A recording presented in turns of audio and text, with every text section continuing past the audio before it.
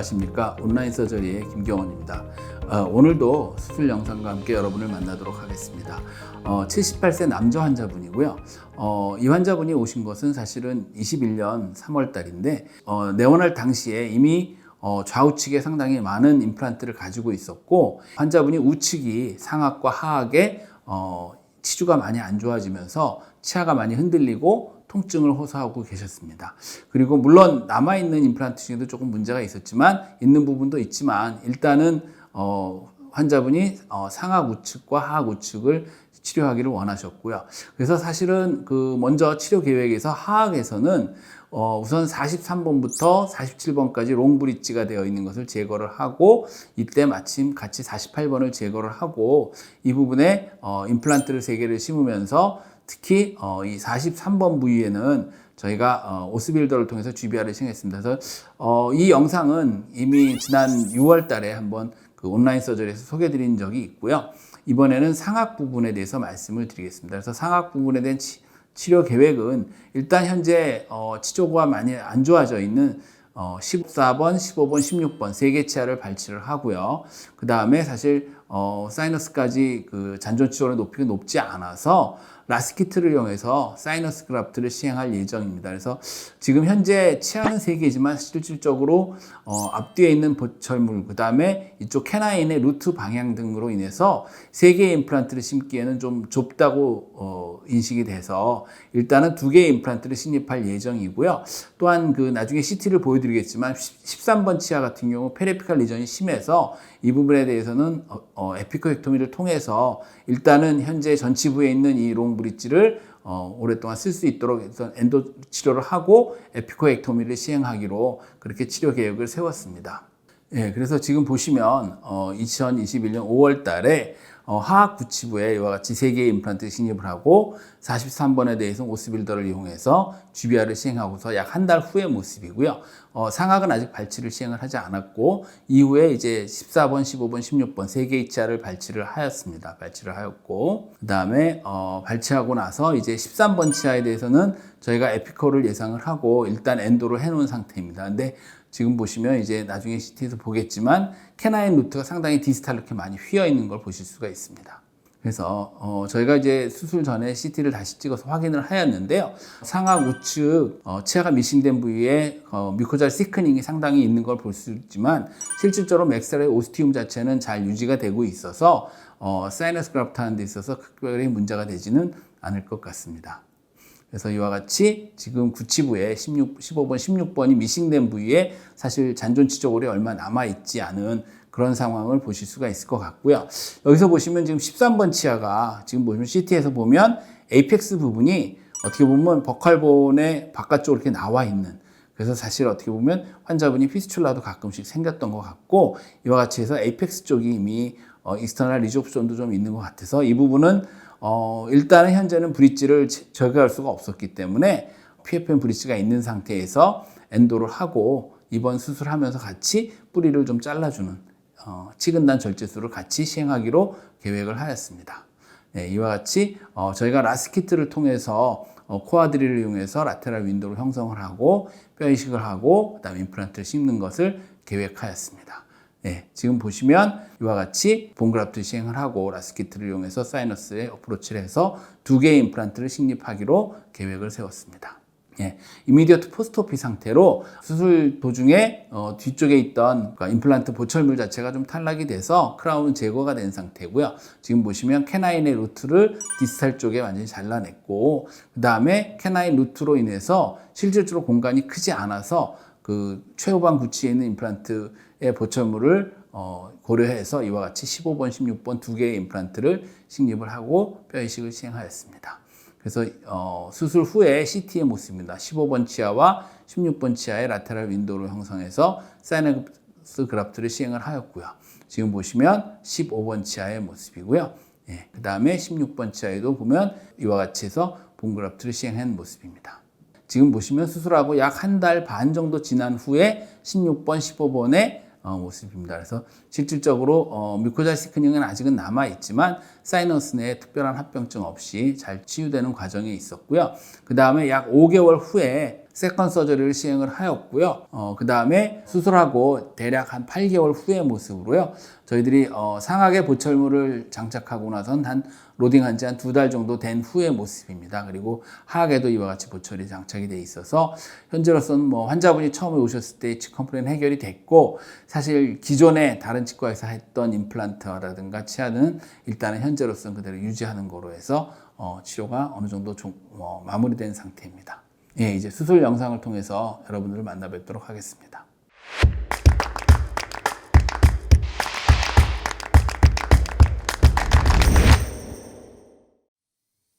네, 먼저 인시전을 시작을 하겠는데요.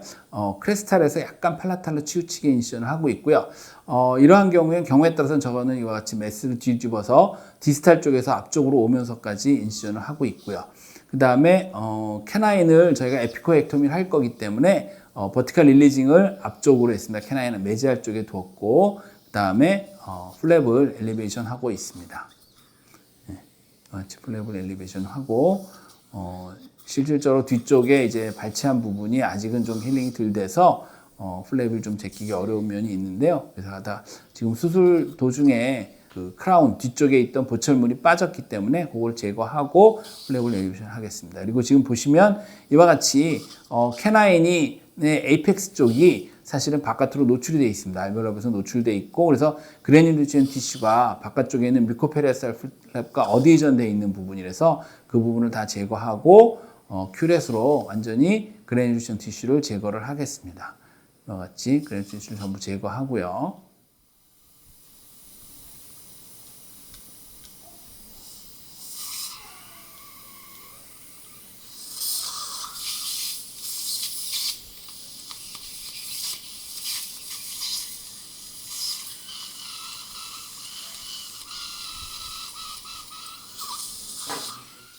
실질적으로 이제 에피칼에 리전이 아직 남아 있을 수 있어서 지금 스트레이트 핸드 피스에 라운드 바를 장착을 해서 이와 같이 캐나인의 루트를 전부 에피코엑토미를 하고 있습니다. 뭐 보조과 선생님들은 사실 이런 경우 레트로레드 필링도 하는데, 저 같은 경우 그냥 일단 제거만 했고요. 그 다음에 지금 그 라스 드릴에 7mm, 코아 드릴에 1mm 스토퍼를 장착을 하고 윈도우를 먼저 형성해 보겠습니다.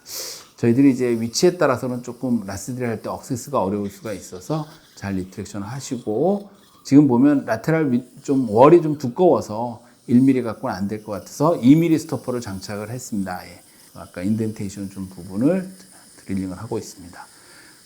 조금 라테랄 월이 많이 좀 환자분은 두꺼운 상태였고, 그러다 보니까 지금 보시면 2mm 스토퍼를 가지고 한 다음에도 완전히 분리가 안 돼서 2.5mm 스토퍼를 장착을 하고 2.5mm를 가지고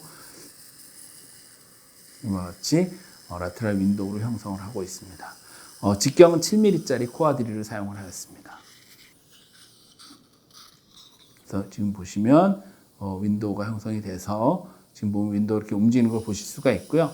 윈도우를 프리 엘리베이터를 이용해서 이와 같이 드러내고, 네, 지금 보시면 사이너스 미코자가 움직이는 걸 보실 수가 있고요. 멤브레인 세퍼레이터를 통해서 멤브레인과 분리를 하고, 네, 그 다음에 프리 엘리베이터를 이용해서 안쪽에 있는 사이너스 멤브레인을 엘리베이션을 하고 있습니다. 예, 이 환자분 지금 보면 뮤코잘 시크닝이 좀 심했기 때문에 사이너스 멤브레인이 일부 좀 찢어진 걸 확인하였고요. 그 다음에 나머지를 전부 다 체크해 전부 올리고 있습니다. 그래도 그 다음에 같이 렌스 드릴을 시행을 하였고, 그래서 그 우리가 심을 위치, 즉 15번 위치에 드릴링 위치를 파악을 하였고요. 네, 2.2 트위스트를 통해서 사이너스 플로우까지 완전히 연결되는 거 확인하고, 패러럴 핀을 이용해서 위치를 한번 확인하여 봤습니다. 그래서 대합치하고 교합되는 거 위치를 확인하였고요. 그 다음에 위치를 잡기 위해서 뒤에 있는 치아의 크라운을 일단은 제 위치 다시 시켜놓고, 그 다음에 렌스드릴로 드릴 홀을 형성하였습니다.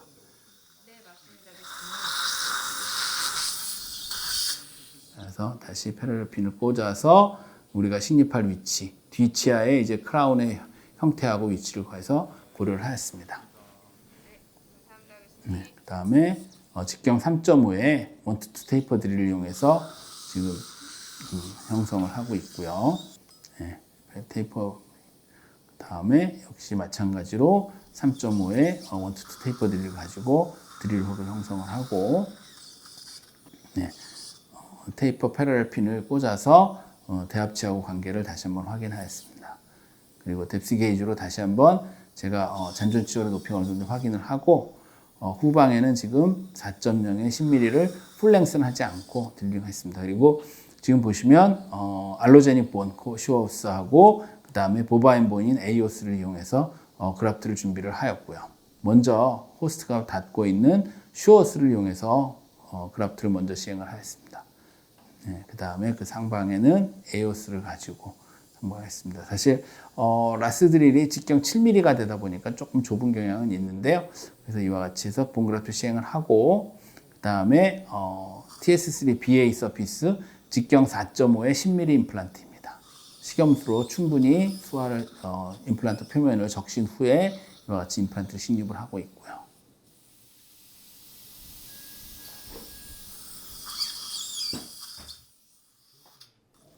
그래서 마운트 익스텐전을 이용해서 토크렌치로 핸드로 마지막 위치를 잡고 있습니다. 프라이머리 스펙이 충분히 나오는 걸 보실 수가 있고요. 그 다음에 역시 TS3BA의 직경 5.0의 10mm 임플란트입니다.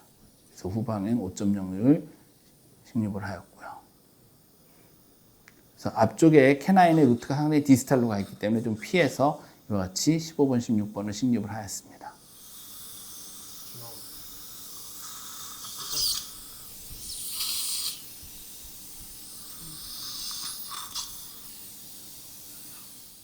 그래서 위치를 뒤에 있는 임플란트의 크라운을 다시 한번 장착을 해서 우리가 원하는 위치가 됐는지 다시 확인을 하고, 그 다음에 프리마운트를 리무브를 하고 있습니다. 같이 오픈 렌치로 마운트를 잡고, 왜냐하면 아무래도 프라이머리 스테빌리티가 특히 16번 같은 경우는 아주 좋지는 않기 때문에 이와 같이 임플란트가 흔들리지 않도록 해서 프리마운트를 제거를 하고, 그 다음에 임플란트 드라이버를 이용해서 파이널 위치를 다시 한번 확인하면서 가능하면 조금 깊게 하고 있으면서 15번 부위는 그래도 위에 치조골이 조금 여유가 있어서 조금 더 깊게 식립을 하였고요.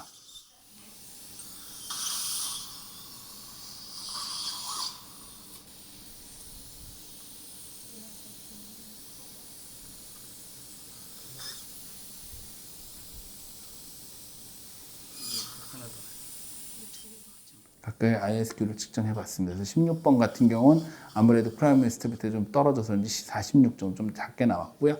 앞쪽 거는 15번 같은 경우는 71 정도의 오스텔 ISQ 값을 보실 수가 있고요. 네, 이와 같이 우선은 커버 스크루를 장착을 해서 전부 덮어주도록 하겠습니다. 그리고 지금 보시면 라테랄 윈도우로 형성했던 본 리드인데요.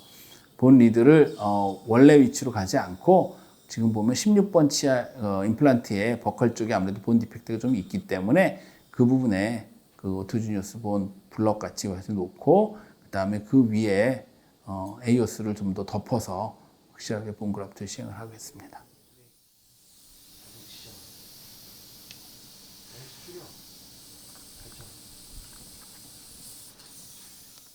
그 다음에 멤브레인이 일부 천공된 부분도 있고, 그래서 이와 같이 피브린 글루를 이용해서 사이너스 내를 일단은 먼저 리페어를 해주고, 그 다음에 바깥쪽에 있는 그라프트 본에도 이와 같이 해서 그라프트 본이 흩어지지 않도록 피브린 글루로 일단은 고정을 하였습니다. 예, 그리고 캐나인 부위에 에피코엑토미 한 자리도 고리식제 에이오스를 이용해서 어느 정도 뼈를 좀 이식을 하였습니다. 그래서 마찬가지로 피브린 글루로 고리식제를 전부 좀 어느 정도 픽세이션을 시키고요.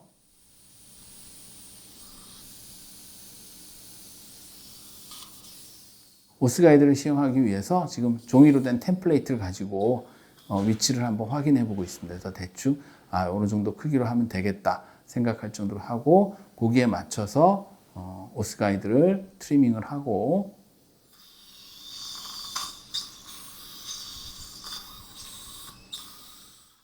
일단 살라인에 수화를 시켜서 지금 재위치 시키고 있습니다. 그래서 팔라탈 플랩 쪽에 밑에 끼워 넣고 이와 같이 해서 특히 16번 부위에 GBR을 한 부분에 대해서 이와 같이 오스 가이드를 이용해서 덮어주고 콜라겐 멤브레인을 덮고 있습니다. 예, 플랩을 잘 당겨오는 걸 확인을 하고요. 뒤쪽이 약간의 아무래도 우리가 오그멘테이션 했기 때문에 플랩이 조금 모자라는 거는 페리오스탈 릴리징 인션을 통해서 플랩의 텐전을 없애는 방향으로 이와 같이 좀 당기겠습니다.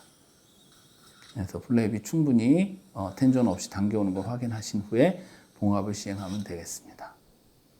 그래서 먼저 13번의 디스탈 주위부터 가장 크리티컬한 부분부터 우선 봉합을 시행을 하고 있습니다. 그래서 앞에 캐나인 치어를 이용해서 어떻게 보면 그 앵커 슈처를 해서 플랩의 어프록시메이션을 확실하게 하고 있고요. 네, 그래서 저 같은 경우 이와 같이 캐나인 디스탈 부분이 가장 크리티컬한 부분이니까 그 부분 먼저 봉합하고 그 다음에 앞쪽에 버티컬 릴리징 인시전 부분에 대해서 버티컬 인시전에 대해서 봉합을 시행을 하고 있습니다. 네, 그리고 그 다음에 후방의 부위를 저희들이 이제 콜라겐 멤브레인을 위에 덮어줬기 때문에 우리가 봉합할 때 콜라겐 멤브레인이 니들이 통과하지 않도록 해서 플랫 부분만 해서 이와 같이 봉합을 시행하고 있습니다.